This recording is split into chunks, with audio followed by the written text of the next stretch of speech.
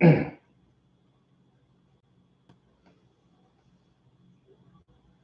이 시간 하나님께서 저희에게 주신 말씀은 마태복음 6장 34절입니다.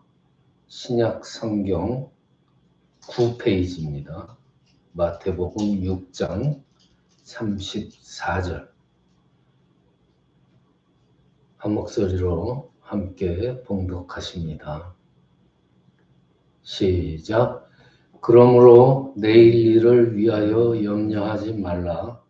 내일 일은 내일이 염려할 것이요 한날의 괴로움은 그날로 족하니라. 아멘.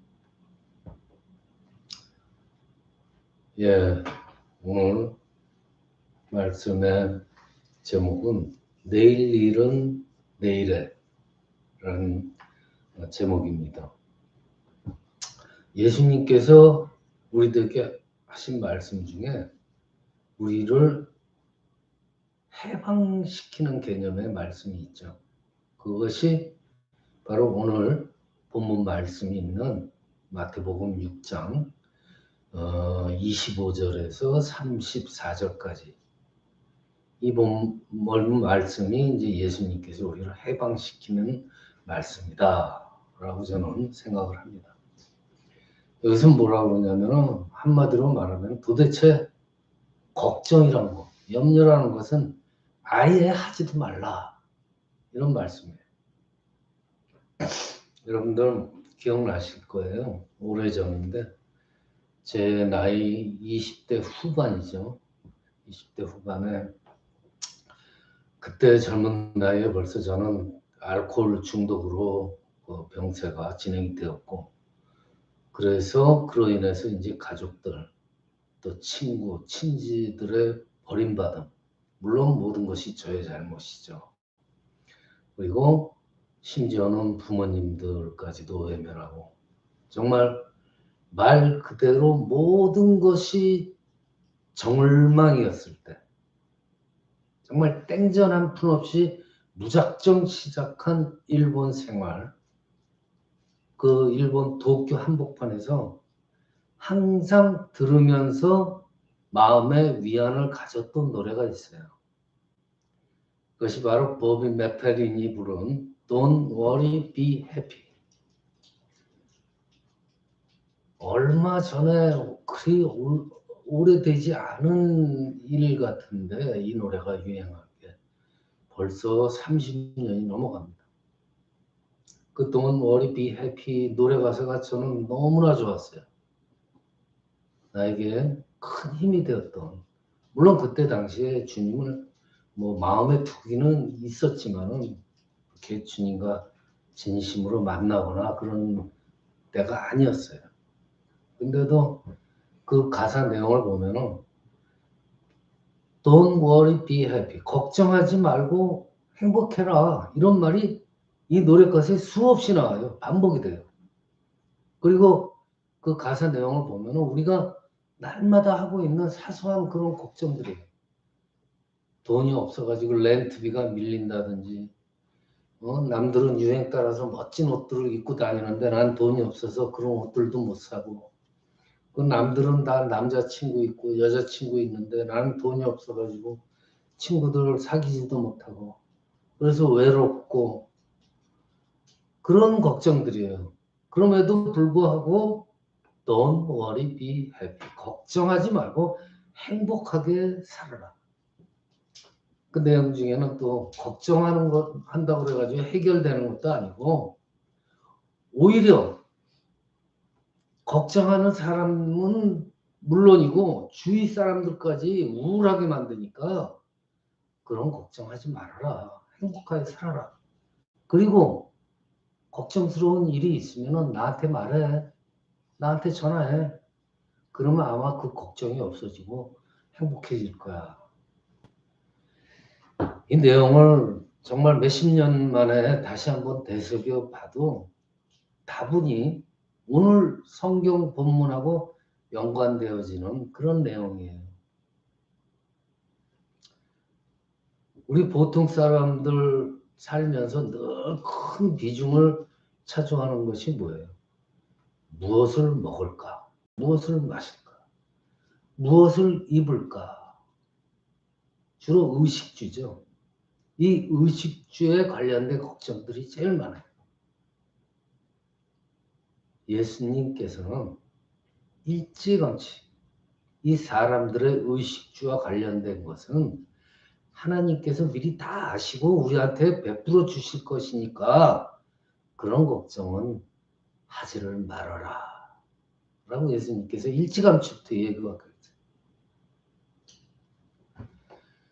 자, 도대체 이 걱정이란 건 오늘도 하지 말고 오늘은 물론이겠지만 내일도 걱정하지 말아라 이거예요. 예수님께서 말씀하시는 이 걱정할 필요가 없는 데에는 두 가지 큰 이유가 있죠. 하나는 뭐예요? 공중을 날아다니는 새들과 들에서 피고 지는 풀들 이런 것까지도 하나님께서 보호하고 기르시고 계시다. 그렇듯이 우리들 사람들도 지키실 것이기 때문에 걱정들을 하지 말아라. 이거예요. 또 걱정하지 말라는 이유 중에 하나는 그래 너희들이 걱정을 한다고 해도 그것이 아무런 유익을 가져다 주는 것이 아니다. 우리가 걱정을 한다고 해서 수명을 연장시킬 수 있는 것도 아니고 키 작은 사람이 키 작다고 걱정을 한다고 해서 키가 커지는 것도 아니고 그래서 예수님께서는 하나님께서 다 알아서 너희들을 보호하고 지키실 것이니까 걱정하지 말고 그리고 걱정을 한다고 해도 너에게 도대체 유익이 안 되니 걱정을 하지 말아라 이거예요. 여러분들 지금 이 장기화되는 코로나 사태 있죠. 심각해지잖아요. 그리고 요새 미국하고 러시아 간의 그 우크라이나 긴장 상태 그리고 미국하고 중국 관계 또 노스코리아 도발하죠. 맨하탄에서는 아시안 여성들이 그냥 흑인들한테 칼에 찔려서 수없이 죽어나가죠.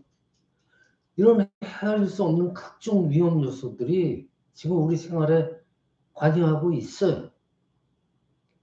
한마디로 말하면 걱정과 염려와 불안이 지금 이 시대를 지금 누르고 있어요. 근데 그런 우리 이 시대를 향한 주님의 처방이 바로 오늘 본문을 포함한 마태복음 6장 25절부터 34절까지입니다. 구원이 축복이라고 할 때 그 축복 가운데는 염려하는 것, 걱정하는 걸 주님께 맡길 수 있다는 그 축복이 있다는 것을 명심해야 돼요. 그것이 바로 오늘 말씀의 핵심이에요. 오늘 6장에서 주님은 처음 이 문제를 제기하면서 19절에서 뭐라고 그러냐면 너희를 위하여라는 말씀으로 시작을 해요. 무엇이 진정하게 우리를 위하는 것이냐라는 질문입니다. 다 자기를 위해서 한다고 생각하지만 어떻게 사는 것이 정말 진정하게 나를 위하는 길이냐라는 질문인 거예요. 자, 일단 땅의 창고부터 시작하자. 19절에 보물을 땅에 쌓아두지 말라고 그러시다. 거기에는 좀과 동목이 해하며 도둑이 구멍을 뚫고 도둑질한다는 것이다. 땅의 창고에 이 쌓아둔다는 말씀이라는 건요.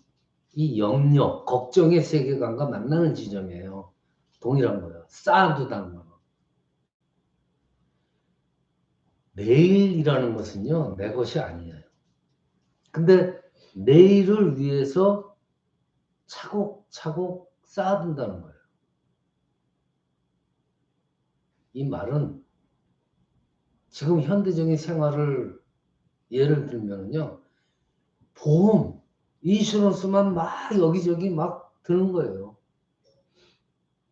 내일 어떻게 될지 모르니까 인슈런스만 그냥 자꾸만 보험만 자꾸만 들어둔다는 얘기예요.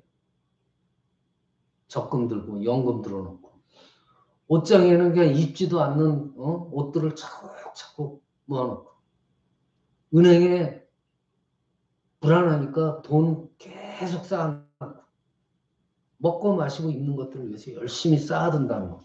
이것이 바로 땅의 창고에 보물을 쌓는다는 의미죠. 이미 이해하셨을 거예요. 이 땅의 창고에 쌓는다는 말은 이 걱정의 세계, 염려의 세계가 이 세계에 짓눌려 가지고 나 자신이 노예가 됐다는 증거예요. 그래서 재물을 섬기게 된다는 의미입니다. 나누고 베풀고 섬기고 하는 것과는 전혀 상관없는 나의 미래를 위해서 인생을 살아가는 그런 삶을 가리키는 거예요. 이런 분들 있잖아요. 우리 집에 뭐가 있다. 나 만들어 놓은 재산이 얼마인 줄 아냐. 내 자식들 어떻게 이렇게 잘 됐다. 자랑합니다. 그냥 만날 때마다 자기 자랑이에요. 그런데요, 이런 분들 대부분 보면은요, 정작 결정적인 순간에 정말 나눔이 필요하고 사랑이 필요하고 헌신이 필요할 때 그런 사람들 싹 빠져요. 저는 많이 봤습니다. 절대 자기가 손해가 나는 일에는 눈치 보면서 근처에는 얼씬도 하지 않아요. 살짝 빠져버립니다. 그러면 나중에 하는 얘기가 있죠. 그런 일이 있었어? 난 몰랐어. 아니 진작 얘기해 주지 그랬어. 많이 보시죠? 주변에. 그러면서도 보면은요. 자기 자신을 위해서는 엄청나게 씁니다. 좋은 옷, 좋은 먹을거리, 좋은 차. 그분들도 교회 다니고 그리스도인이라고 해요. 이런 그리스도인들은요. 눈이 나쁜 거예요. 하나님과 재물을 겸해서 두 가지를 한꺼번에 섬기는 아주 나쁜 눈을 가진 그런 그리스도인들이에요. 즉, 내일을 염려하는 사람들이에요. 근데 반대로 하늘나라 창고에 보물을 쌓는 사람들은 어떻게 우리가 이해할 수 있느냐. 하늘 창고에 쌓는 사람이 바로 눈이 성한 사람이라는 거죠. 즉, 아까 눈이 나쁜 사람들은 하나님, 주님과 이 세상의 재물을 한꺼번에 본다 그랬죠. 그렇지만은 하늘나라 창고에 재물을 쌓는 분들은요, 주님만 바라봐요. 하나님만 바라봐요. 그래서 좋은 눈을 가진 사람들이에요.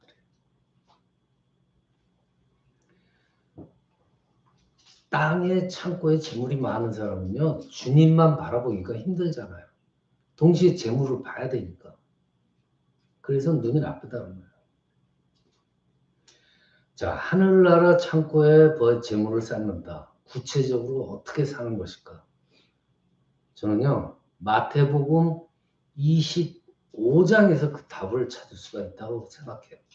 마태복음 25장 31절부터 46절에 주님께서 말씀하신 비유가 나오는데 이 비유의 핵심은 인자가 자기 영광으로 모은 그 모든 천사와 함께 재림하실 때 모든 민족을 모으고 각각 구분하기를 목자가 양과 염소를 구분하는 것 같이 한다고 그랬어요.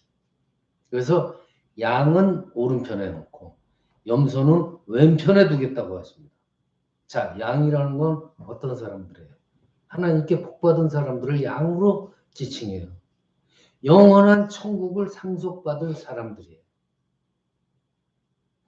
그래서 그들한테 대해서 주님께서 말씀하기를 내가 배고플 때 너희가 먹을 것을 나한테 줬고 내가 목마를 때에 마시게 하였고 내가 나그네 됐고 헐벗고 굶주릴 때 영접하였고 옷을 입혔고 내가 병들었을 때 돌보아 주었고 옥에 갇혔을 때 와서 보았다.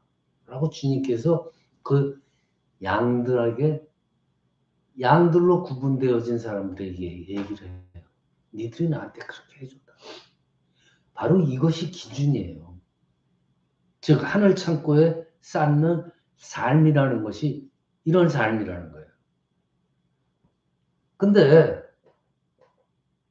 양으로 분류된 사람들이 예수님이 그렇게 얘기하니까 반문하잖아요.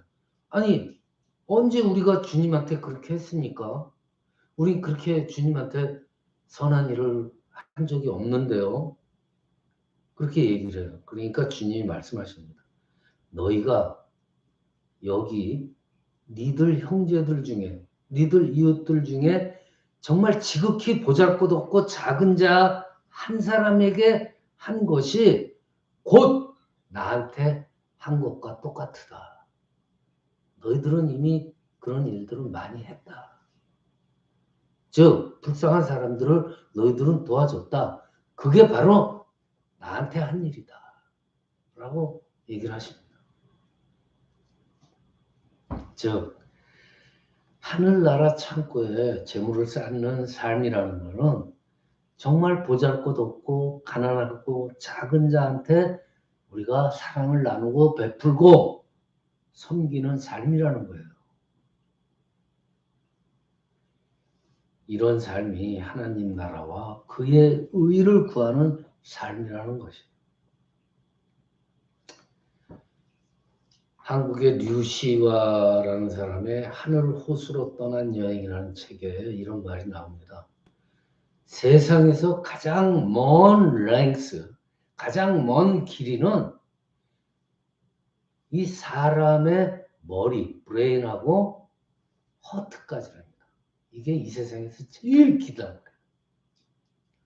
사람 머리하고 가슴까지 기껏해야 30cm도 안 되는 건데 이분은 이 세상에서 가장 먼 길이라고 그래요. 즉 머리에서 생각은 하는데 정말 마음으로 느끼는 것까지는 엄청난 시간이 걸리고 엄청난 노력이 걸린다. 또 다른 사람 김이율이라는 사람이 쓴 책에는 머리에서 가슴까지 가는 길이 가장 멀다. 이분도 그래요. 그러면서 정답을 뭐라고 하냐면 실행, 해라, 움직여라. 실행이 정답이다. 그래요. 이 두 책의 공통점이 뭐예요?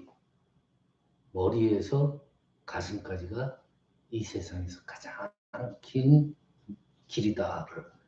여기에서 머리라는 게 뭐예요? 세상 지식을 의미하잖아요. 우리가 아는 것. 지식으로 뭔가를 알았다고 해도 그것이 내 마음, 진짜 마음으로, 즉 마음을 움직이는 데까지 걸리는 시간은 평생이 걸릴 수도 있고 그걸 실행 못할 수도 있다는 얘기예요. 너무나 멀어서. 근데 다른 분은 한마디를 더해요.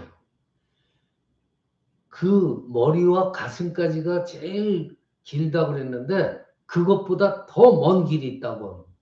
그것이 뭐냐면 가슴까지는 왔는데 가슴에서 손과 발까지 가는 길이 더 멀다 이거예요. 즉 실행하기가 어렵다는 거죠. 가슴으로 느껴.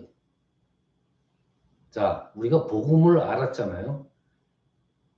복음을 머리를 듣고 귀로 듣고 알았어요. 그래서 가슴까지 내려와서 가슴이 뜨거워졌어요. 그럼 어떻게 돼요? 어떻게 해야 돼요? 실천이 있어야죠. 손과 발이 움직여야 돼요. 도우러 나가야 돼요. 가난한 자, 지극히 작은 자에게 우리의 사랑을 베풀고 헌신하고 나눠주려고 나가야 돼요. 손과 발이 움직여야 된다. 그것이 진정한 그리스도인들이 살아가는 길이 아닐까 하는 것입니다.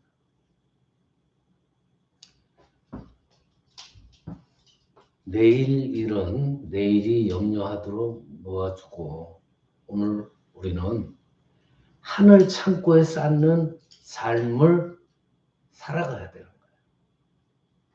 이겠죠? 내게 지극히 작은 자에게 베푸는 것이 내게 하는 것과 똑같다. 주님께서 얘기해요. 사랑을 실천하고 그러면서 받는 축복이라는 것은 우리가 내일은 내일에 맡기고 하나님께 전적으로 맡길 수 있는 축복이 있다는 거예요. 말씀을 마칩니다. 내일 염려는 내일을 맡아서 일하시는 하나님께 맡기세요. 당장 오늘 우리한테 주어진 일들만 해도 짐이 무겁잖아요. 당장 오늘 해야 될 일도 무거워요. 이 무거운 짐들도 온전히 오늘 것도 온전히 주님께 맡기고 내일은 생각하지 말고 하나님 안에서 말씀 안에서 믿음으로 사시는 저와 여러분이 되기를 이 시간 축원합니다.